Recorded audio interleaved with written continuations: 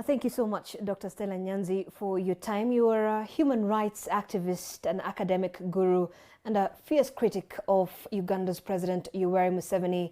But today you're here in Kenya seeking asylum. Maybe just tell us a little bit more about that and exactly what happened.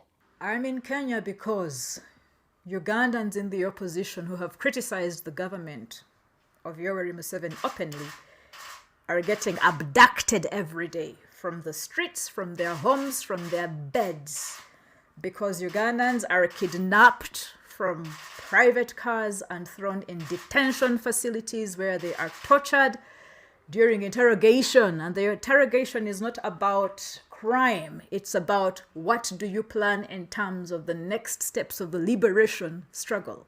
The fear of not knowing who will be taken next. My friends have been abducted. My partner has been abducted.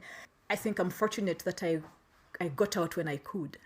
I think I'm also quite apprehensive and anxious because I know that Kenya is not necessarily the safest place. Yoweri Museveni has his long tentacles in this country.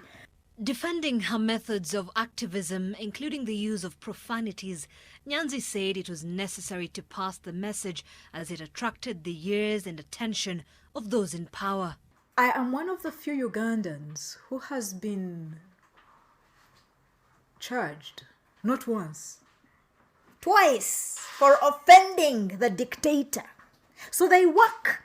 He is not listening to polite talk. He is not listening to policy documents. He's not listening even to foreign critique, right? He's not listening to advocacy or lobbying or anything else. But he listened. The entire judicial process, the entire judicial system in Uganda stopped for a while, and intelligence had to investigate me for days and months. I was in court, right? So he heard.